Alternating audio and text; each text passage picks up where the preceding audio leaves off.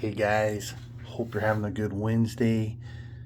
Maybe the funniest news of the day, and somewhat sad, and yet, like I said, it's pretty funny because, quite frankly, as we've been saying here for many, many months that have now turned into years, unless you got your head in the sky, Ukraine is going to lose the war. It'll probably end soon, as in we think here on my channel there's a good chance it ends in 2025. Excuse me, 2025, possibly early 2026. I think a lot of this will obviously depend on how the American election goes. I think Trump, if he wins, he'll apply a lot of pressure to end it pretty quickly. I don't know how quick is, but I mean, both sides have publicly stated openly in the last few months they're ready for this war to end. In one sense, it's an admission by Russia that they have lost a lot, but it's also an admission to Ukraine, from Ukraine, that they can't sustain it. And what was funny about the news today, this is at the United Nations right here. Vladimir Putin, Zelensky, as you know, put up his little, what he was calling his victory plan for Ukraine or whatever. Anyway, this cat right here in the picture, he is the Czech president. And,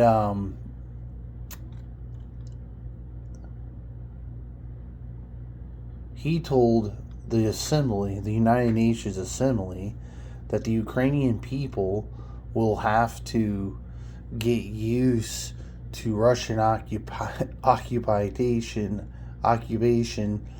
long after the war ends. You can kind of see it right here in the title.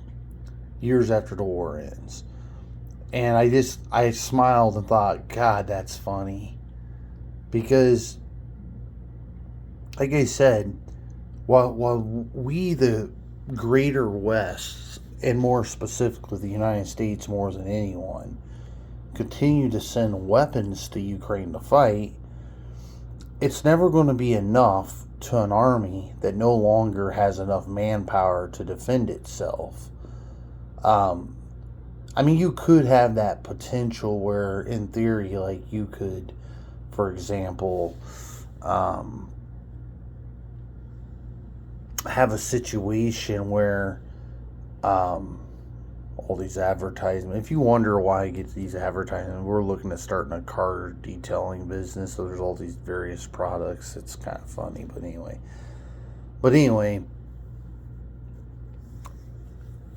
it can't ever be, because Ukraine doesn't have enough war. Now you could, or enough manpower, you could have a situation where American weapons degrade Russian really bad in, say, one sector or two sectors, and maybe Ukraine could do what they did in Kursk and go on some kind of small counteroffensive, if you will. I mean, that turned out to be fairly big, but the point is, they'll never have enough long term. And which, once again, is kind of the irony of this war, because here we just tell you the flat out truth. If you can't even raise enough manpower in your own country to fight the war that you claim is like important for your survival or whatever, but you're doing the minimal legislative law in your own country, you're legislating the most minimal law inside your country to raise that army to fight, then it really doesn't make a lot of sense, right? I mean, it logically doesn't make any sense, because America can keep giving you weapons, but you can't do anything. And as you can see, they're continually losing ground out in the east. And I mean, it's not just what I think, not just a maybe kind of an opinion, right? If you go,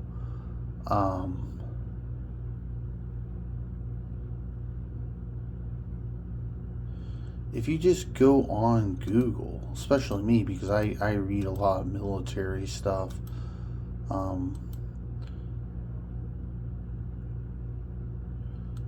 right? There's all kinds of articles from different people that basically say if Provost falls, like one I was just reading here a little while ago, Ukraine risks losing about half of their still capacity in the country.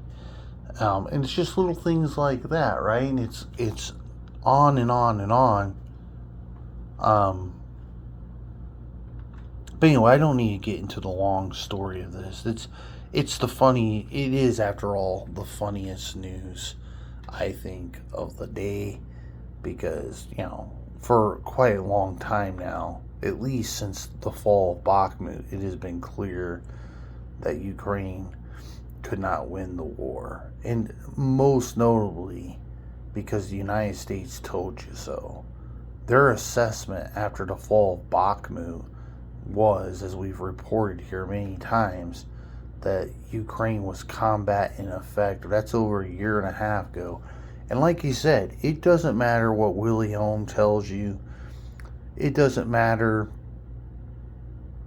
Not that I've heard these guys say anything differently anytime recently, but it doesn't matter what Speak the Truth tells you. It doesn't matter what Fake News Dennis tells you. It doesn't matter what Ukraine Matter tells you. What's that other idiot's name? Jacob Bohr. Doesn't matter what Jacob Bohr tells you. It doesn't matter what the Silicone Fake News Curtain tells you, right? Because this is the propaganda part of it, right? They'll show you a tank get blown up or an oil refinery. They'll say, oh, how great it is. By the way, I'm not pro-Russian. It is kind of great to see that. But what I'm saying is, they'll show you these pictures of Ukraine killing something. Well, Ukraine kills something every day, so it doesn't really matter, right? But meanwhile, out east, Russia is taking ground.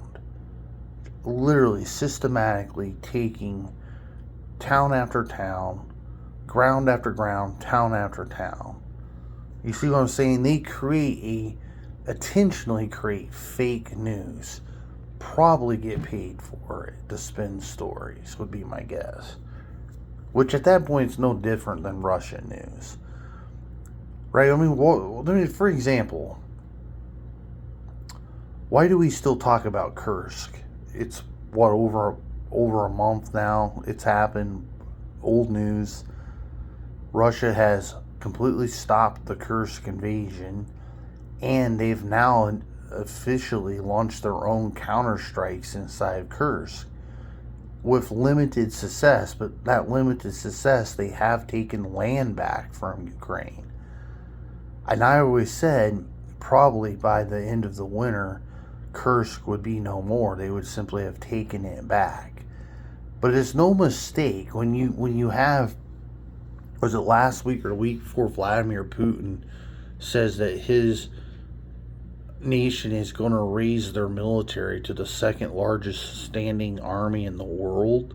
Yeah, they're about to actually draft serious manpower. No more of this 100,000 a month stuff. You're talking about hundreds of thousands to what will amount to several million coming through boot camp here in the next few months ahead, couple years ahead. But if they're serious about that, and it seems like they are, that's what's going to happen. And once again, Ukraine already can't keep up with it in that day and age when Russia gets busy being busy, gets down to the business of being busy, right? They have no chance. So anyway, it's over with. I think it's funny that the Czech Republican president gets there and says, hey, Ukrainians are just going to have to get used of Russian the word Russian occupation long after the war has ended. And like I said, that war is going to be ending, we believe, here fairly soon. Because you can't have, it's impossible that both sides are yelling peace, peace, peace, and, and not happen. It's going to happen. And the other thing I'd point out too, what's really stupid about this for Ukraine is if they continue the fight and they don't actually bring the manpower that they need to the table, they actually risk losing southeastern Ukraine. And at that point, they risk losing Odessa. Because as the Eastern Front keeps on cutting across the country like this, as it keeps moving, right? As it keeps just moving out east, this way, east to west, right? It eventually is going to put Odessa under threat of being taken. And then what's left of your country at that point? You will have lost all your access to the ocean at that point, which is a big part of Ukraine's ability in past years to be wealthy, was the fact that they had access to the ocean. But now they're just like the majority of the world. They won't have those accesses anymore. So anyway, guys, that was the funniest news I thought of the day. Although serious, but yet funny. The Czech guy's like, hey man, y'all gonna have to get used to just being occupation by Russia, you being occupied by Russia long after the war ends. And I thought that was great, because that is the reality, unless something dramatic would happen. That is the reality. Alright guys, talk to you later. Bye.